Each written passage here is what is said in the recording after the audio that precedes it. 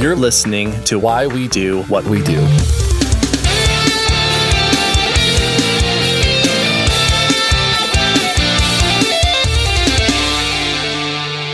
Welcome to Why We Do What We Do. I am your all-in host, Abraham. And I am your 21 host, Shane. We're a psychology podcast. We talk about all of the things that people do. We've been talking for several weeks now about addiction and the topics surrounding addiction. And today we are expanding on that discussion by moving into behavioral addictions. And so what we will be discussing today is gambling. Yeah, gambling. Not at all a very complicated thing, right? Super easy to explain, not terribly complicated to treat. Like, I'm sure it's a very easy discussion. Quickest, easiest, most simple to unpack. No, gambling, obviously, multifaceted, complex thing. Yes. So we will be talking about gambling itself. We'll be talking about addiction of gambling. We'll be talking about casinos. Also, pretty much everything related to gambling, I think. And that's a lot to unpack, so it'll be a relatively surface level, I think, dive into everything. But the point of this is to talk about gambling as it relates to addiction and what we can do about it. Yes. It's one of those things where I don't see a lot of this in my hometown because there used to be a dog racing track, and that's about the only thing that existed as far as gambling in my world. But every now and again, there's going to be these casino cruises that show up out of our town that like go out into like international waters a couple miles, and then they can do all the gambling they want. Yeah. But that's about as much gambling as happens in my town that I have seen. When I lived in Florida, I did take one of those cruises because, being from Nevada, I missed it. Oh yeah. How was it? It was fun. It was really cool. No, they did a really good job. Well, I love that. Well, we're not actually here to celebrate the virtues of gambling. We're here to talk about the problems of gambling as it relates to addictive behaviors. But we'd also like to start by acknowledging the day on which this is released and any holidays that people may be trying to observe. And they're like, I'm not trying to listen to podcasts today because I'm trying to celebrate Donate a Day's Wage to Charity Day.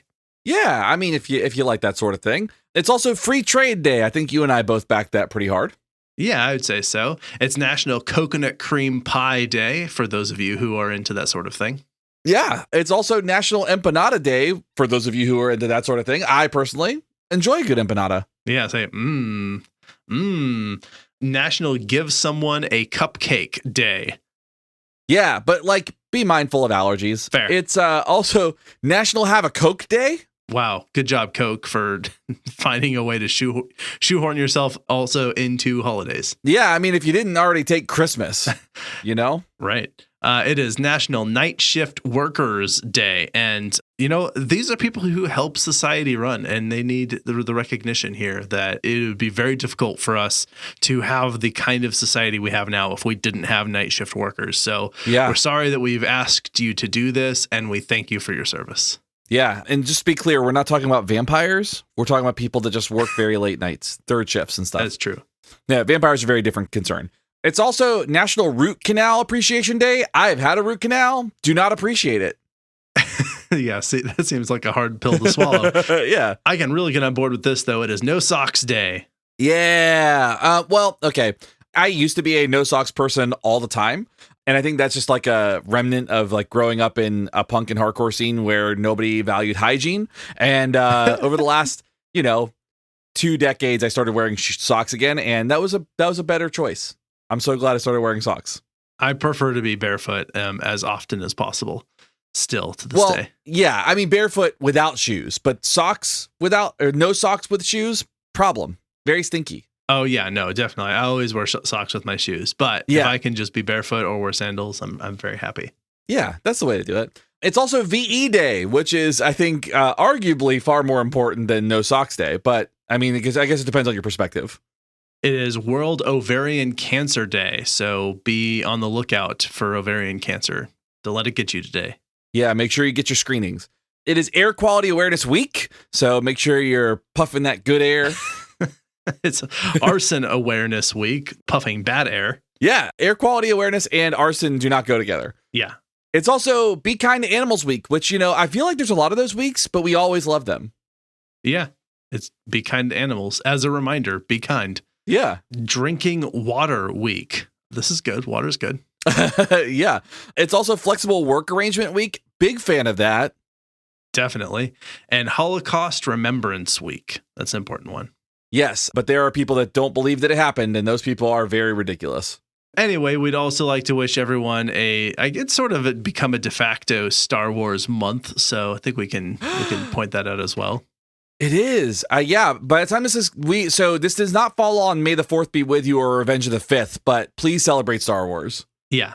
All right. But as we said, we are actually here to talk about addiction. And specifically, we have moved into and are continuing our discussion with behavioral addictions. And if you have been listening along with us, great. All of these episodes that we have done on addiction are meant to be standalone. They're just a single deep dive into a topic. They're just all happen to be themed around addiction, which was an intentional choice.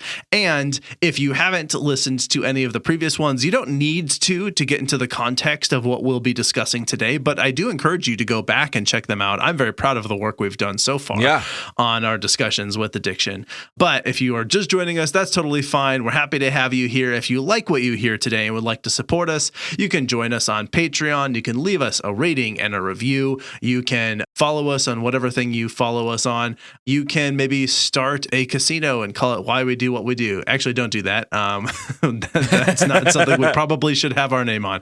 Maybe instead it's sort of a support group for people who are recovering from gambling addiction. That would be maybe more in line with what we would be willing to endorse. Yeah. Either way, you do you. Let's talk about our topic du jour, Shane. Yes. So let's start with a general definition of behavioral addictions. So what we're talking about here is a repetitious, highly reinforced behavior that occurs excessively to the point of being harmful and persists despite the harm. Very in line with what we've seen with some other types of addictions out there. So basically the behavior happens, or whatever this thing is, it happens too much and it causes harm. Yeah. Often common or even necessary behaviors like sex or eating are part of the behavioral addictions paradigm, but we also might include totally unnecessary types of behaviors like watching TV, using the internet, and gambling. Yes.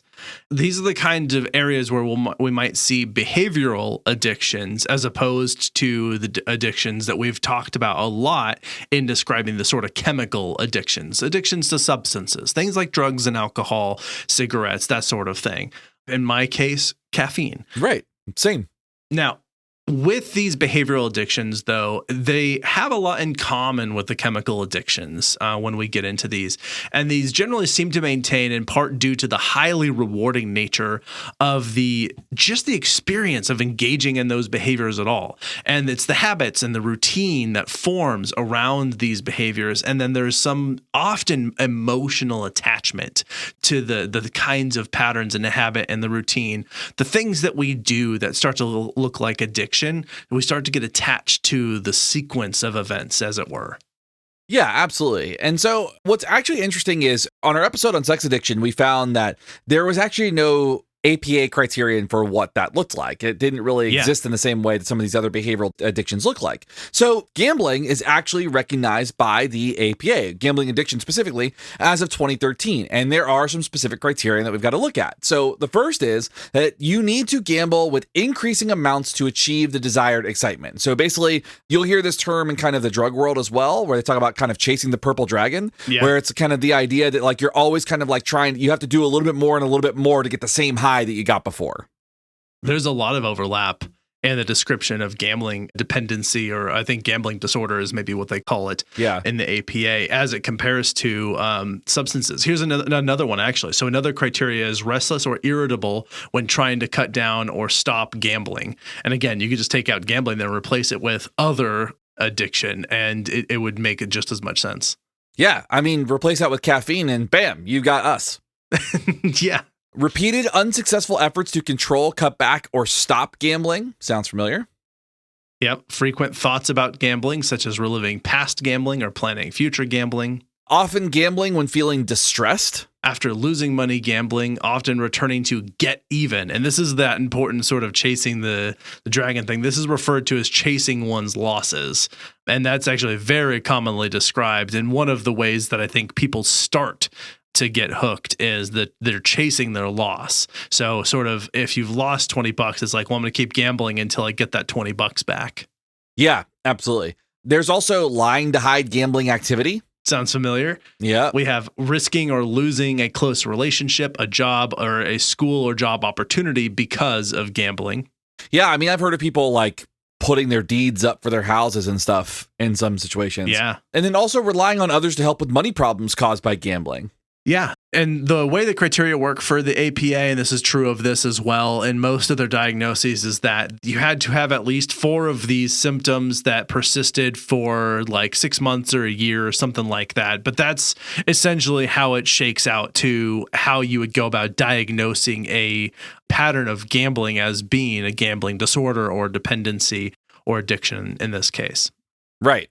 So I think it's probably worth getting into what gambling actually is. And so, yeah, just for, because we like definitions. So gambling is basically comprised of games of chance in which money or some other valuable, it could be a tangible, it could be some property, it could be, historically, I'm sure that people have been talk about Star Wars. Yeah. That's exactly how Anakin Skywalker ended up in Qui-Gon Jinn's party, and that's why we have Darth Vader. So if he didn't gamble and save him, or save Shmi instead, would have been a different issue. So anyway, this valuable is wagered, and it's wagered for winning. So whoever wins gets the bounty or the pot.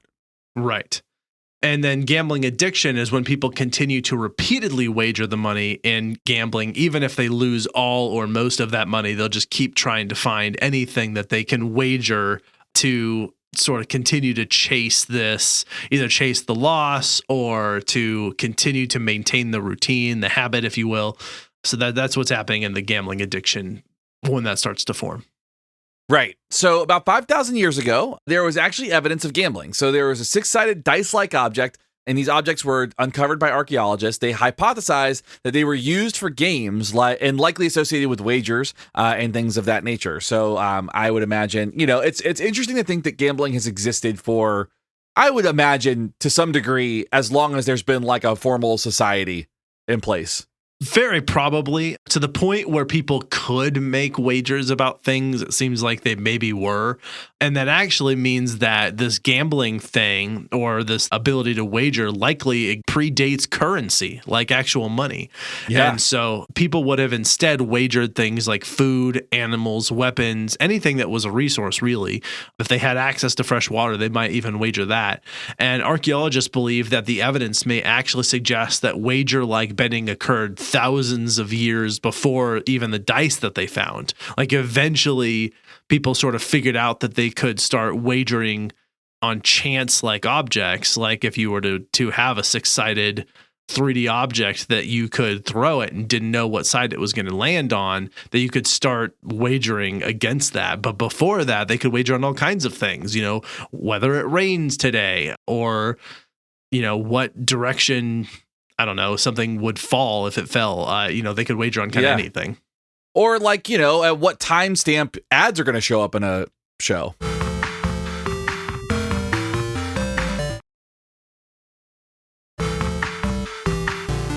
We were gambling that you'd listen to the ads, I guess. Let's keep talking about the history of gambling, though. I was thinking about the last little segment about like wagering weapons, and I would be so bummed if I lost a sword to a dice game. Like I Right. I was like, I really liked my sword and I was like really happy with it, and then I lost it because of some dice game, because I guessed that it was going to rain that day or something. Yeah. Man, I'd be so upset about that. So China actually has really good historical records. Gambling arose among the working class Chinese citizens for entertainment and to distract and escape briefly from their labors at the time. So it was kind of like just a fun game to kind of play and mess around with. Yeah. Because they did such a good job, I think, of tracking historical events as they took place, China is actually one of the best places we can go to and look to see what has developed over the course of human history, because there's so many places where records have been lost. Right. So dice were very common. So after the point at which they had been discovered, obviously, and they started becoming more popular in various places, dice were very common, as well as an oft-cited precursor to chess called, all right, I looked this up, and I'm going to try it, Liubo, maybe? It's like Liu with an accent mark, BO with an accent mark. Right. Anyway, so these, I'm going to say Liabo. These competitions and tournaments began, and that once this is sort of developed and the rules were formalized, and this did include gambling, particularly on who was going to win. Right. Also playing cards, which I think are commonly associated with gambling, especially when we think about like, Vegas and all that. Yeah. The first playing cards were likely invented in China around 800 CE and were almost certainly used for gambling soon after they were invented, if not immediately after. Like it was like right then these cards show up and it's like, we can gamble with these. Yes. The Romans loved gambling, and they established taverns that had the primary objective of being places to engage in wagered gaming. But important to note that although they did have these sort of gambling houses that they did, these sort of like pubs where people would go and gamble, that was actually not the purpose of it. It was intended to be a pub. So this was not technically a casino yet. And I imagine much like how poker games at a saloon in the Old West, the saloon wasn't a casino, right? There wasn't a managing sort of quote unquote house as much as it was just a place that serves alcohol and facilitated people doing their own gaming. And I think that was what was going on in these Roman taverns based on what I was reading about them. Is it wasn't so much that they were like set up to administer games and sort of regulate games. It was like just a place you could come drink and you could play games. And that was a thing that people wanted to do there. And so they would commonly, but you didn't really have to either. Do you think that Plato had his own, like he owned his own and called it Plato's Cave? Now I'm just picturing like dudes in robes and sandals, like kicking batwing doors open and being mad like about somebody like arguing their philosophical viewpoint over a game of cards. I love that. Let's go with yes. Yeah. Yeah, I love that. All right. So lotteries. We've talked about that before. Lotteries are a lot of fun. Lotteries emerged in Rome and medieval Europe to serve the same purpose they serve today. Fund public projects through game-like bets. Wild. Yeah. And I mean, it's kind of a fun idea. Like the way that you can encourage people to voluntarily donate their money to public projects without collecting it in the form of taxes, they would do in these lotteries. And I mean, there's almost no way you're going to get your money back. You don't even get anything necessarily explicitly in return for it. Yeah. But you like get a chance to win a bunch of money, and that was good enough. So it was kind of clever in that way that they did that. Right. So, it is what it is. All right, 800 years later, though, in the 1600s, 1638 specifically, the very first known casino, the Casino di Venezia, opens in Venice, Italy. And here, this is where we get the first instance in which the sort of quote-unquote house, you might hear like the house always wins.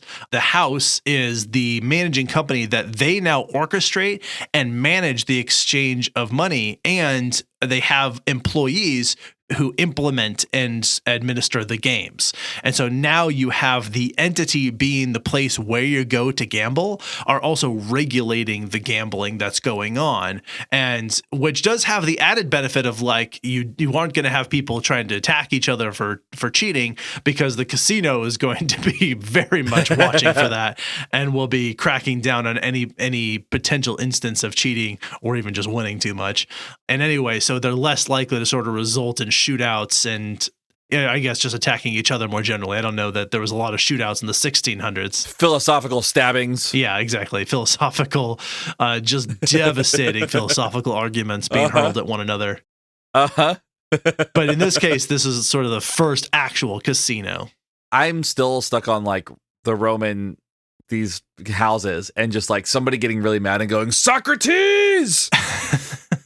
Anyway. So the first known slot machine, called the Liberty Bell, is built in 1894 by Charles Fay of San Francisco with a jackpot payout of 50 cents. It's funny because it looks like, it doesn't look like modern slot machines, but it's still got the same basic mechanisms. It's got the scrolling drums with the pictures. It's got the lever. Yeah. And it's got the little slot where your money will fall out. Like, it's the same thing, except it's just not digitized.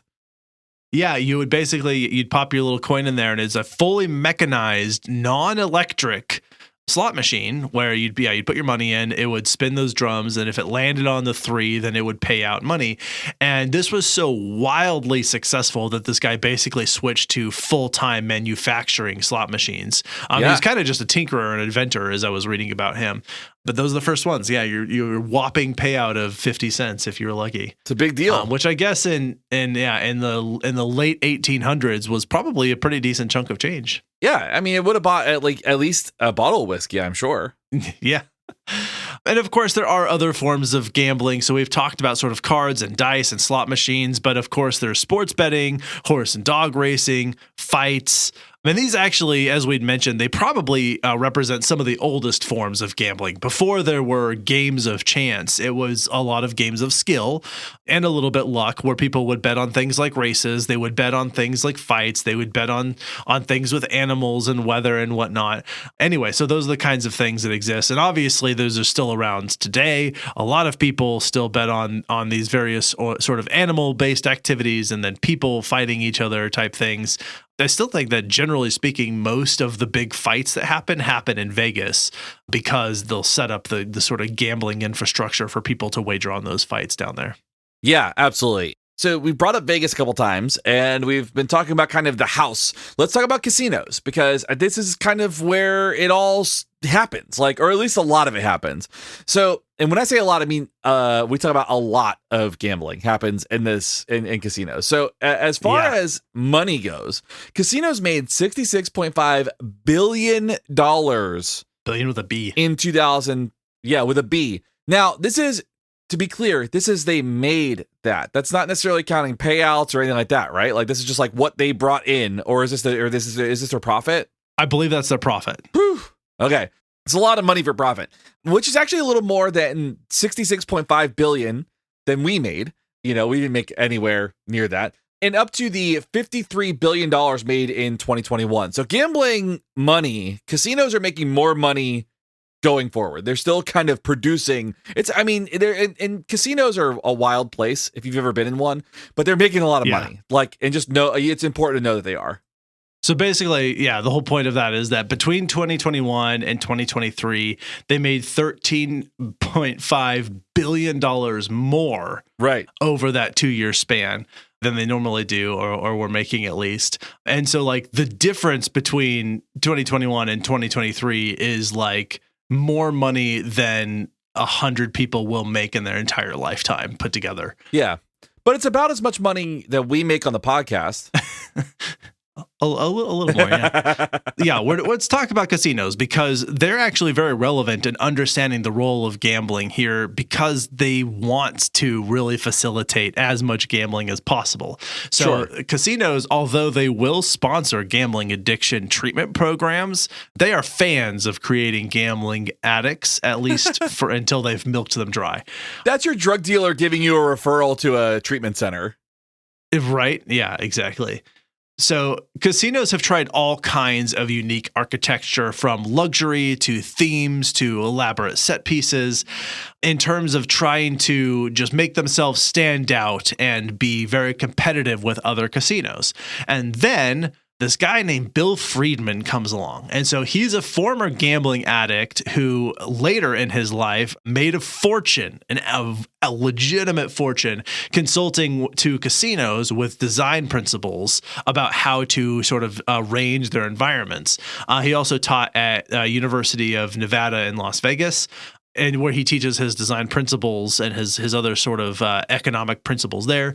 And he largely based his suggestions on observations and a mathematical quantification, trying to really deliberately compare the ratios of things. And so he was basically saying, the ends justify the means here. Whatever we do that increases these things, the better. And so they're looking at total casino wins, slot machine to occupancy rate, and player counts. Those are the specific numbers they wanted to measure to evaluate sort of the effectiveness of various designs. And he wrote this just massive tome of a book that was 600 pages, which he sells for well over $200 a pop.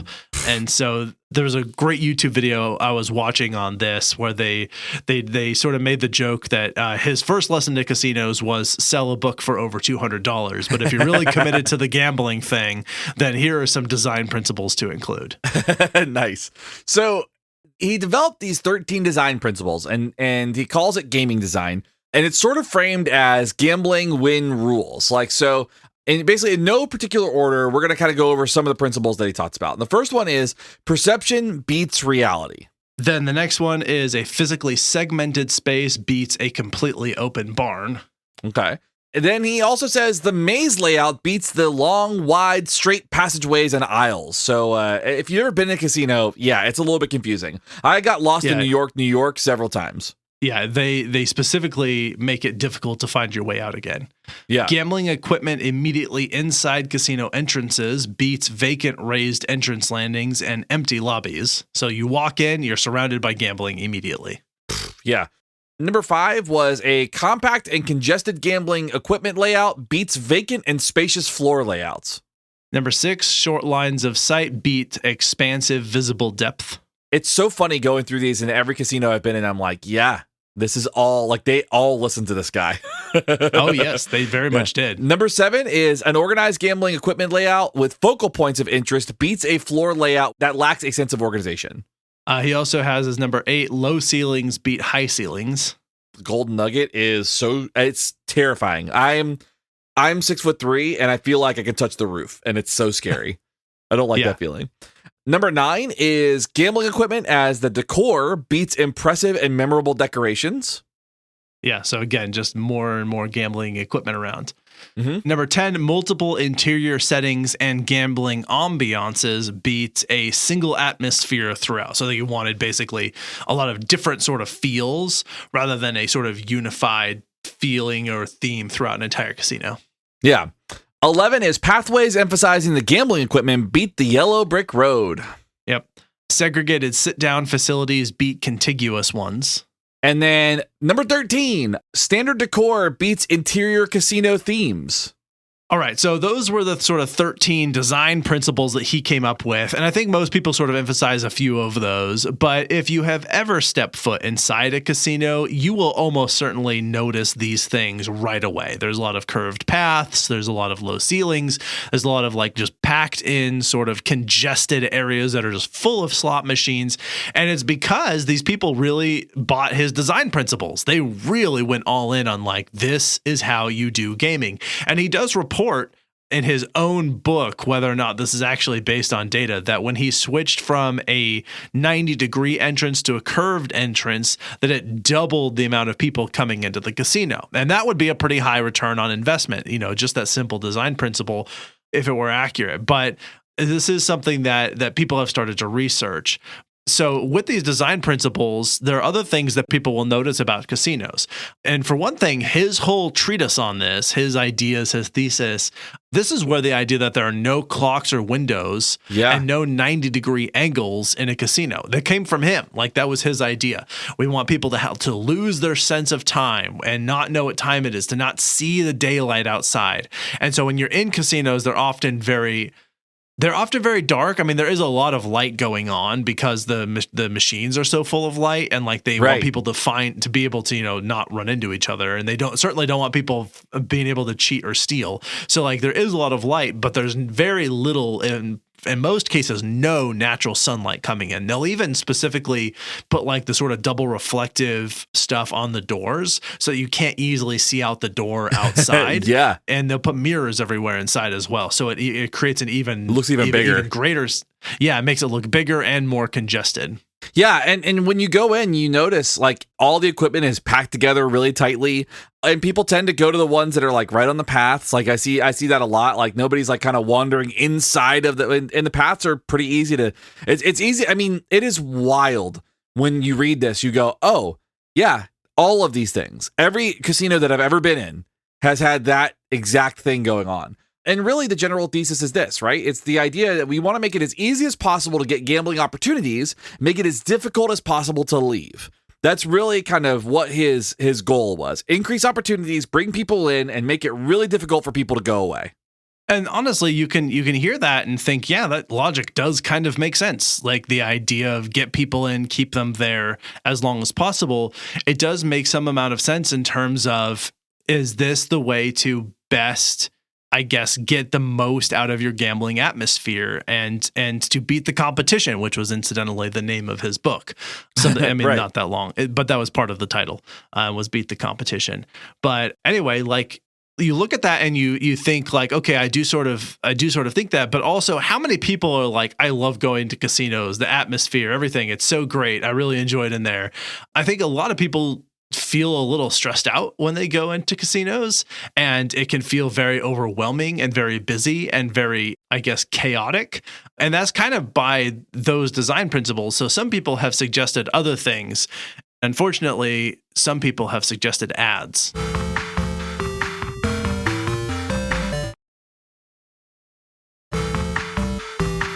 Welcome back. Sorry that we had to do that to you. It's part of our design principles of podcasts. I don't know if you've read the book about the 13 steps in doing that. 1 is having good mics. 2 is making sure there's ads all over the place. Sure. 3 is making sure you can't escape.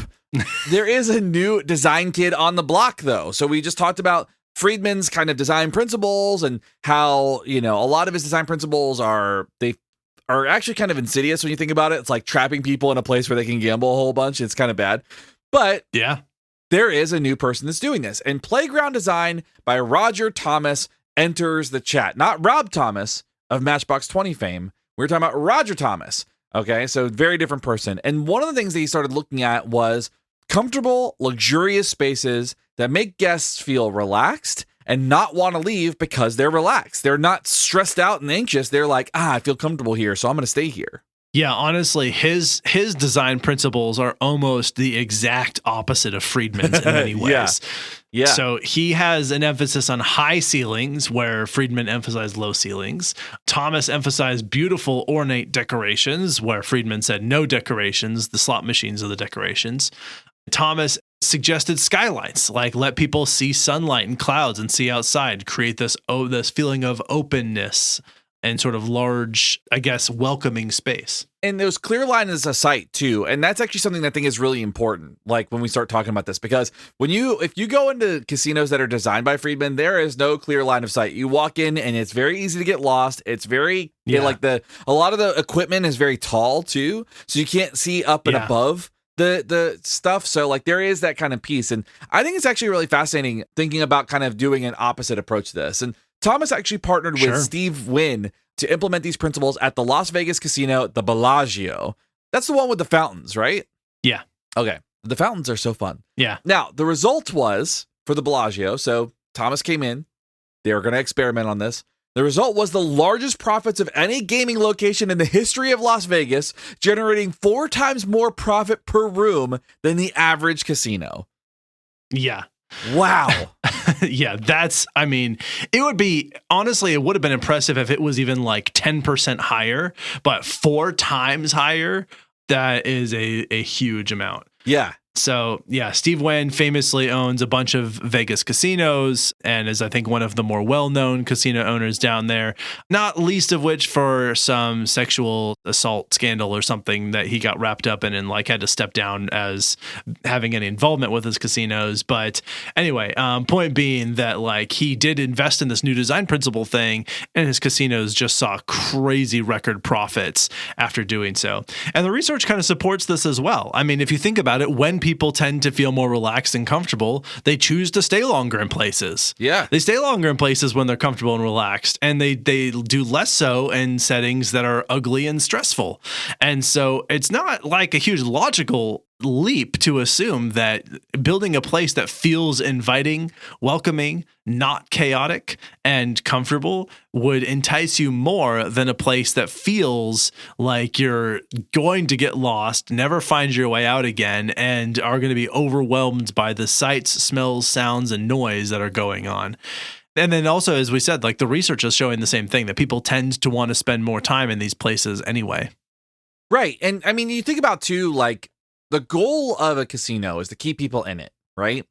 I think about design principles around places like fast food restaurants too. The goal of the fast food restaurant is not to keep people in it. It's to get people out, right? Like it's having a lot of people come in and a lot of people leave so that you have like space for the next person. So that's why a lot of times when you sit in a fast food restaurant, like the seats are kind of uncomfortable, I would imagine, because they don't want you there.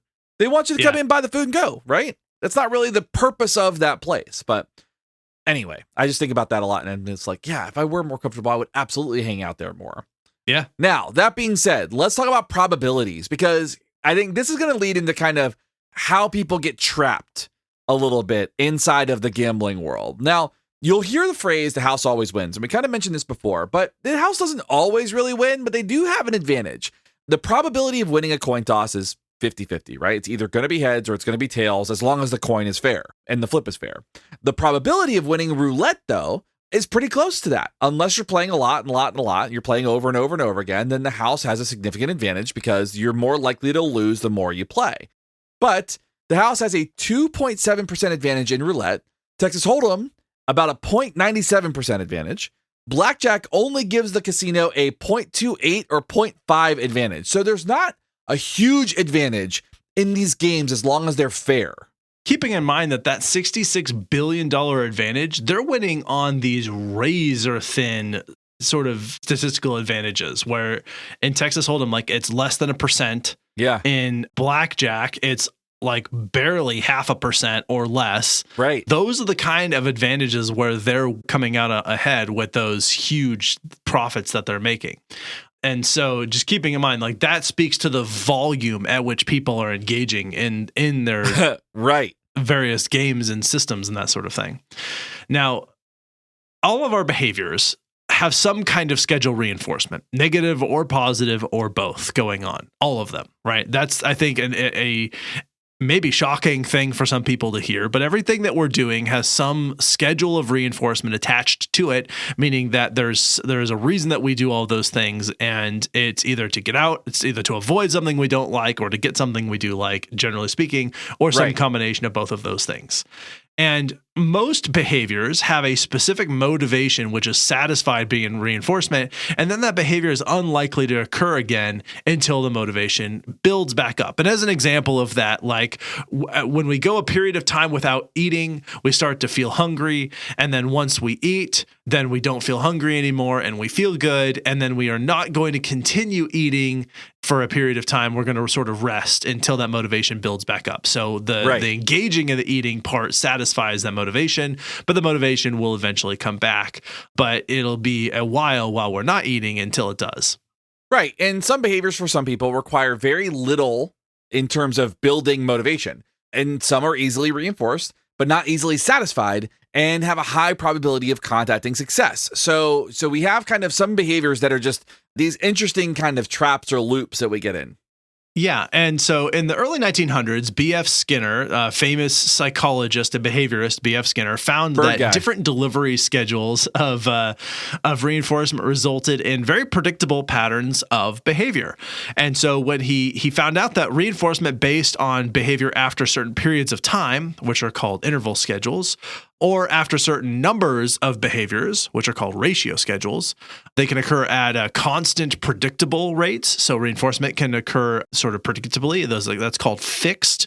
And then at unpredictable intervals, and that's called variable. And so basically you have these variable fixed ratio or variable ratio and fixed interval or variable interval, speaking to how predictably the reinforcement occurs and whether it happens because of time or it happens based on a number of responses that you engage in. That's the simplest way, I think, to understand it. Right. As an example, like checking your mail, assuming that getting mail is a reinforcer, checking your mail will be reinforced on a variable interval schedule unless you have a very by the clock mail delivery person. Right. Most of the time they're going to be there at different times, but the longer you wait, the more likely it is that when you go out there will be mail once you make it out. So it's like it's close to a fix, but it is a variable schedule. And then a ratio is like, let's just say, most things operating on an FR1 in our world, although there are things that are on an interval. There are plenty of things that are on an interval, or I mean, on a very stretched out ratio schedule. Right. But most of the time, like flipping a light switch turns on the light pretty much every time. Pressing a button to turn on your TV turns on the TV pretty much every time. There's a lot of things that we do that reinforcement is pretty much constant, but there are plenty of things, I think, particularly, this isn't really, I guess it's kind of a variable ratio of like telling jokes and getting people to laugh, right? Like, nope, that's an FR1 for me, baby. But anyway, point being that those are sort of some schedules that exist. And really the thing that he found was that ratio schedules which again are based on how many behaviors occur, those produce the most constant rates of behavior. So you're just or the most consistent rates of behavior. You really have a pretty predictable rate at which people will perform. And the variable ratio in particular has both the highest rate and the most consistent rate of behavior and relative reinforcement there. So depending on what kind of schedule of reinforcement you could have very predictable rates of behavior occur in correspondence to that reinforcement. Right. So that means, like, when we think about this, like this variable ratio, which like is kind of like, it's basically a set criterion that a behavior is reinforced within a certain range of responses, right? So if you have like, a VR10, then that response that you engage in is reinforced anywhere in that range of the first response to the 10th response at any point in time in that frame. Yeah, like right? it averages to like 10. It averages at 10, right? So you would think that gambling uses variable ratio schedules of reinforcement. As a matter of fact, a lot of examples of variable ratio schedules use gambling as an example of that. Here's the kicker, and all the behavior analysts are going to get mad at us. They don't use variable schedules of reinforcement, or variable ratios specifically. There are other types that we didn't mention, and one of them is called random. Whereas variable ratios produce reinforcement unpredictably, but at an average distribution, random schedules have a set probability that resets every single time. So you engage in the response, you win or you lose. Either way, that probability is reset the next time there's a trial or the next time there's an opportunity. And it does depend on like the kind of gambling that you're doing. For most of the ones where we're talking about games of chance that involve dice and it can involve cards, it makes perfect sense for a game that depends on the chance of specific game elements such as dice or cards to think of it as a random ratio. And because of this, the probability of rolling a particular number resets every time the dice is rolled. It is always 1 to 6, right? Right. So statistically, certain patterns are likely to emerge, or at least be perceived to emerge after many rolls. But technically, there is an equal chance that you roll any one of the 6 numbers every time that you roll a dice. This is a random ratio 6 schedule, meaning that you roll the dice, you could technically roll like 100 ones in a row. It's statistically unlikely, but every time you roll that dice, there's a 1 in 6 chance it'll land on 1, right? And there's a 1 in 6 chance it'll land on 6. And that does not change when you roll the dice. It does not technically become more likely that you'll roll a 6 the longer you roll. It becomes statistically more likely because it's unlikely that you're going to have that uneven of a distribution of like a random schedule, but it doesn't become actually more likely. Like there is no actual guarantee that you're getting closer to rolling a 6. It never averages out. Right. That's really important. Like with variable ratio schedules, it averages out. Like with a random schedule, it never averages out because every time you roll, like it is a 1 to 6, like you just said. Yeah. And here's the thing. These are extremely powerful because you can actually have multiple jackpots in a row or interspersed. And sometimes that's enough. These are extremely unpredictable. And also the house does not want you predicting the point at which you will likely get close to a payout, as would be the case with a variable ratio schedule. They want it completely unknown. So more randomized schedules, more randomized games, more randomized chances and randomized probabilities are better for the house overall, but still produce enough reinforcement for you to continue to engage in the response and continue to pour into the house. Yeah, exactly. Is that you think about if you were gambling and you knew that if you waited long enough, you would get the big payout, and you just maybe like you start gambling really, really low because you're like, if this was on a variable ratio schedule, the longer you go, the closer you're going to get to that payout. Like you'll get there eventually. You will, because that's how ratio schedules work. They eventually produce reinforcement. Right. And so what you would do is like, let's just say that it was sort of working on like a variable ratio 50, right? Like every 50 bets, or an average of every 50 bets, you would get like a payoff. And so what you'd probably do if you were a savvy gambler is you'd probably start by placing a lot of really small bets to get those responses out of the way. And then you'd slowly increase your bets as you got closer to about the time that it was going to pay out. Then you get your big payout and then you walk away. Casinos don't want that. Like they don't want you being able to predict when that payout's coming. They want it to be super random and variable and unpredictable, basically. So a random ratio schedule makes way more sense for a casino. And that's actually how games of chance work. They're not working on a variable ratio schedule. They're working on a random ratio schedule that, again, where the probability resets. And I actually think and I could not confirm this, but I live in Nevada, so I've been to a lot of casinos. I think at least with slot machines and any game where they can program the probabilities, I think that they work on a progressive random ratio schedule, meaning that the probability actually decreases the longer you play, where it goes from maybe like a 1 to 10 at first to like a 1 to 15 later and a 1 to 20 and a 1 to 30. I don't actually know if that's true, because the thing is, like, how would the machine know who you are? Well, they've actually specifically tried to control for that. Now they'll give you specifically membership cards that you put that in the machine, and you can use that to cash out with. Like, that's an important thing. It basically loads on the card like how much you've earned. And so they can then track who's at the machines, and they also can have like cameras and stuff at the machines. So like there's a way to do it, but at the very least, I know that they work on a random ratio. It's possible it's a progressive random ratio, although I was unable to verify that. But those are sort of the schedules that are going on with the various gambling systems at a casino. Oh man, it is wild the more you get into it, like how much is working against you in this situation. Yeah. And I mean, it's really important to understand the schedules, because this is how we're starting to unpack how the gambling addiction part of this works. And that's why we started talking about like casinos and then talking about the schedules, because this is all building up to how do they turn this into a habit that becomes really difficult to break.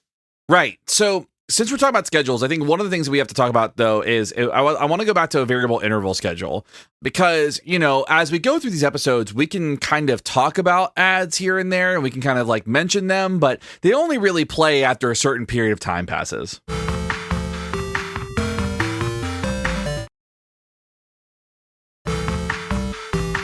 So, yeah, we haven't even started talking about the actual addiction part, but it was important to set up, I think, all the important, like the features of gambling that I think foster the development of this as a habit.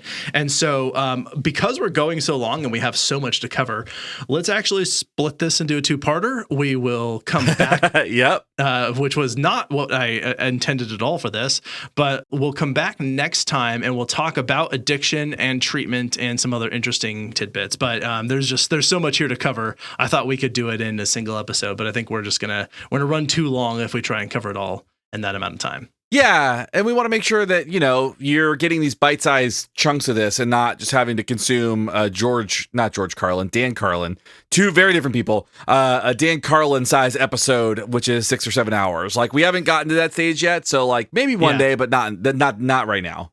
Yeah, exactly. All right, we usually end by talking about some things that we recommend, but because we're sort of making a last-minute decision to split this off, we will recommend some things next time. If you would like to support the show, you can join our wonderful group of patrons, and over there you get access to all kinds of bonus content and additional things, as well as join this community of awesome human beings that we like to celebrate every time by reading out their names in appreciation for who they are and who they've been for us. And that includes Mike M, Megan, Layla, Mike T, Justin, Kim, Joshua, Brad, Stephanie, Olivia, Brian, Ashley, Kiara, Christy, and Michelle. Thank you, patrons, so much. Love you all so much from the bottom of our hearts. Yes. In addition, I could not do this without my team, writing and fact-checking from Shane and myself. Thank you for recording with me today, Shane. Anytime. Happy to be here. Audio engineering and production from Justin Greenhouse. Also writing from Jess is back with us now, so I should include her on the list. Yeah. Writing and fact-checking from Jess, Shane, and myself. And then our social media coordinator is Emma Wilson. And as I said, we will not do recommendations this time. Oh, and thank you all for listening. Like, we appreciate that very much. Yeah. We love it. We hope you're enjoying it. Please feel free to reach out to us, send us some notes, some emails, some messages. Let us know what you think, because we definitely want to hear your thoughts, and we want to get some insights from folks as well. And to do that, you can, of course, reach out to us on the social media platforms, or you can email us directly at info@wwd.podcast.com. But I think that's all I have before we come back for next episode. Anything else on your end, or anything that I forgot, Shane? No, we're excited to continue the series. All right, see you back here next week to finish up our discussion on gambling addiction. This is Abraham. And this is Shane. We're out. See ya. You've been listening to Why We Do What We Do. You can learn more about this and other episodes by going to www.wwdpodcast.com. Thanks for listening, and we hope you have an awesome day.